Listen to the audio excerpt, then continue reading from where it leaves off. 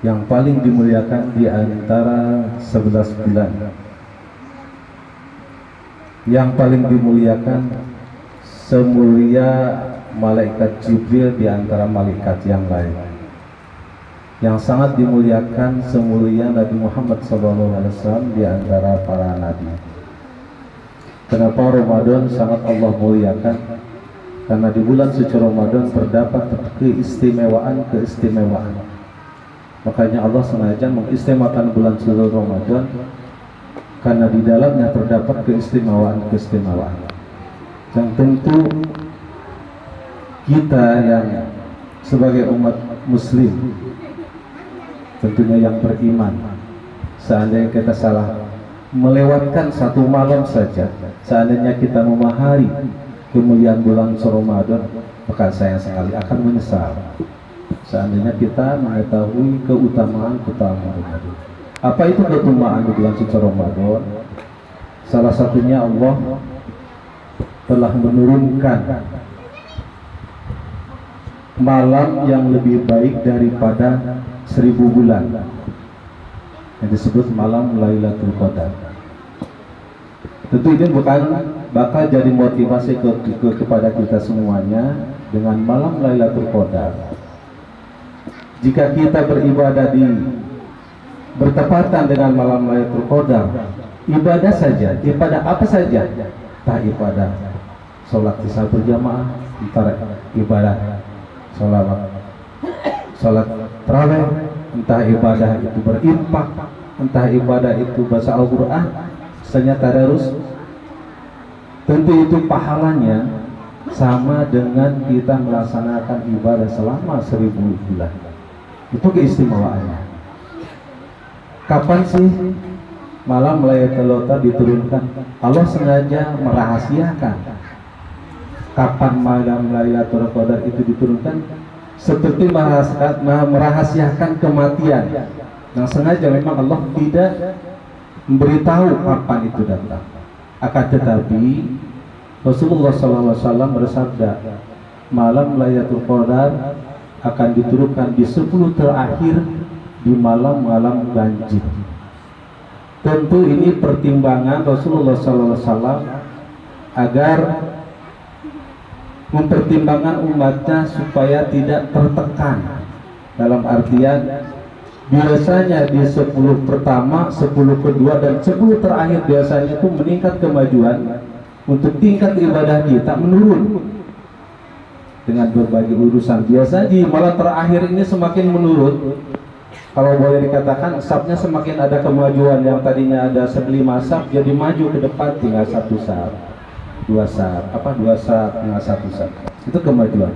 Maka Rasulullah SAW mengambil kesimpulan, menyampaikan bahwa malam Lailatul Qadar akan turun di 10 terakhir di malam-malam ganjil. Sehingga kitanya juga terlalu hitung-hitungan gitu. Nanti aja tarawihnya di malam 10 terakhir. Ya.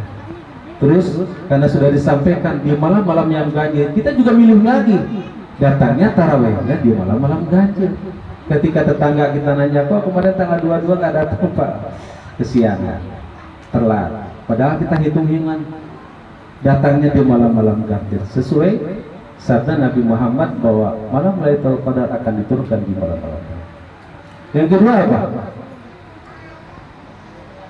Bulan puasa, bulan Ramadan itu adalah bulan ampunan, yang mana Allah telah memerintahkan kepada kita semua agar melaksanakan ibadah puasa. Ya ayyuhalladzina amanu kutiba alaikumusyamu kama kutiba alal ladzina min qablikum la'allakum tattaqun. Wahai orang-orang yang beriman, diwajibkan atas kalian berpuasa sebagaimana diwajibkan atas orang-orang yang dahulu. Jadi kita wajib berpuasa di bulan suci Ramadan untuk apa? Untuk mensucikan dosa-dosa kita. Sebagaimana Nabi Muhammad SAW, man shoma Ramadana iman wa hisaban ghufrallahu ma taqaddama min dhanbi. Barang siapa yang melaksanakan puasa dengan penuh keyakinan dan keikhlasan, maka akan diampuni seluruh dosa-dosa yang lalu dan yang amin ya rabbal alamin. Dan malamnya pun seperti sekarang saat ini kita melaksanakan sholat tarawih, tentu juga itu ada pembersihan dosa.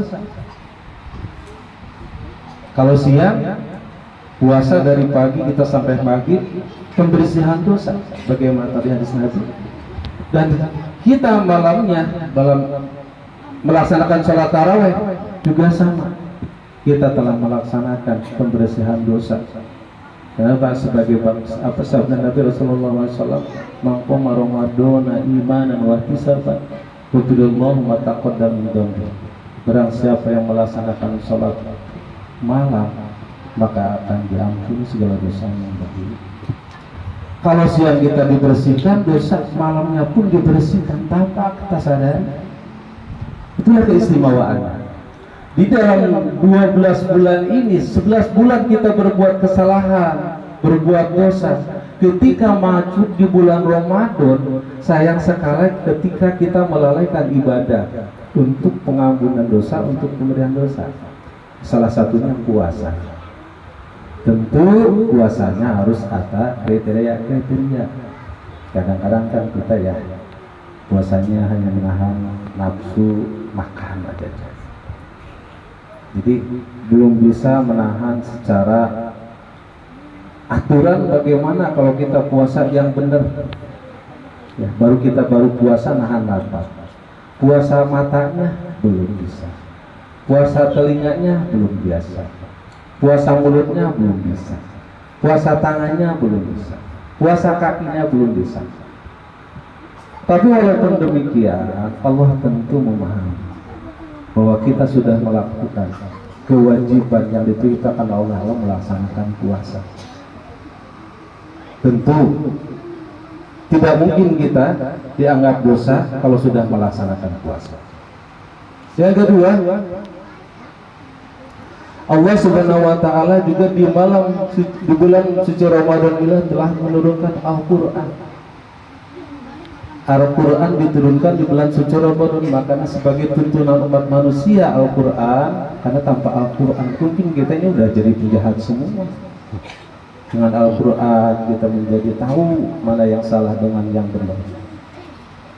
Walaupun kita jarang membaca, sering mendengar dari orang pun, kadang-kadang kita hanya bisa membaca Al-Quran tapi tidak memahami arti. Tapi dengan mendengarkan, sering mendengarkan tausiah dari guru-guru kita, sehingga tidak tahu. Itu pentingnya Al-Quran. Seandainya tidak ada Al-Quran, Allah tidak menurunkan Al-Quran, mungkin ya entah apa akhlak kita yang terjadi. Bapak Ibu jamaah yang dimuliakan Allah, ada Nabi Muhammad SAW mengatakan ketika bulan suci Ramadan, memasuki bulan suci Ramadan itu pintu surga dibuka lebar-lebar, pintu neraka ditutup rapat-rapat, dan setan pun dibelenggu. Bukan diikat lagi, itu setan dibelenggu. Pintu surga dibuka lebar-lebar. Tapi kadang-kadang pertanyaan kita, katanya setan dibelenggu, kok masih ada aja yang maksiat ya? Masih ada yang berbuat maksiat, tidak terlepas gitu. Masih ada juga yang tidak puasa ketika siang hari. Artinya, secara filosofinya bukan setan yang diikat. Karena di bulan suci Ramadan adalah kesempatan kita untuk beribadah, sehingga untuk mengekang hawa nafsu, setan kita tidak sanggup menggoda. Ini bulan suci Ramadan ini, kita sedang diterima pendaftaran untuk masuk surga. Malaikat sedang mengajarkan, ayo siapa yang mau masuk surga? Pendaftaran lagi dibuka nih, pintunya dibuka lebar-lebar, seperti itu. Pintu lagi dibuka lebar-lebar. Yang seperti apa yang bisa masuk surga? Karena kalau kita mau masuk surga itu harus punya kuncinya. Kuncinya apa? Kuncinya keimanan. Kita tentu kalau nggak punya keimanan, gimana kita mau ibadah? Tanpa iman tidak mungkin tidak ada keyakinan, dan tidak mungkin kita rajin ibadah. Jadi kuncinya kalau kita mau masuk surga harus punya kuncinya dulu, niatnya dulu, yaitu kuncinya cuci keimanan. Setelah itu surga itu luas, Mungkin ada golongan-golongannya, golongan yang suka ibadah taraweh, golongan yang yang rajin puasa, golongan yang rajin ngaji tadarus, golongan yang rajin berinfak. Tentu itu beda-beda. Golongan mana yang aktif? Kalau kita kepengen semuanya dapat, biar kita masuk surga yang sedang dibuka pintu lebar-lebar. Dari mulai pagi kita sudah melaksanakan puasa, menahan hawa nafsu dan lapar. Begitu memasuki malam juga mengikuti salat sunat tarawih, bertadarus, berinfak, mendengarkan tausiah puasa. Kita ada harapan bisa memasuki pintu surga yang sedang dibuka. Itu filosofi. Lantas pintu neraka ditutup itu seperti apa? Karena yakin pintu neraka tidak akan laku kalau kita semuanya punya keimanan sehingga melaksanakan ibadah sepanjang hari, malam, pagi puasa, malamnya ibadah terus. Sehingga pintu neraka ini nggak laku. Malaikat menunggu mana yang mau masuk neraka, nggak ada. Karena di bulan suci Ramadan sengaja Allah berikan kesempatan kita untuk beribadah. Makanya dikatakan tadi, setannya pun dibelenggu. Karena setan tidak sanggup menggoda kita, karena ada dasar keimanan kita. Ketika kita kan malam-malam ya sudah masuk waktu sahur, mungkin kita sudah menggunakan alarm. Itu setan menepuk-nepuk, nggak usah bangun, enakan tidur aja.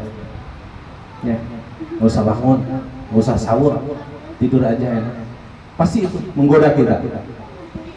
Karena iman dan kekuatan iman kita yang sehingga bisa mengalahkan godaan setan.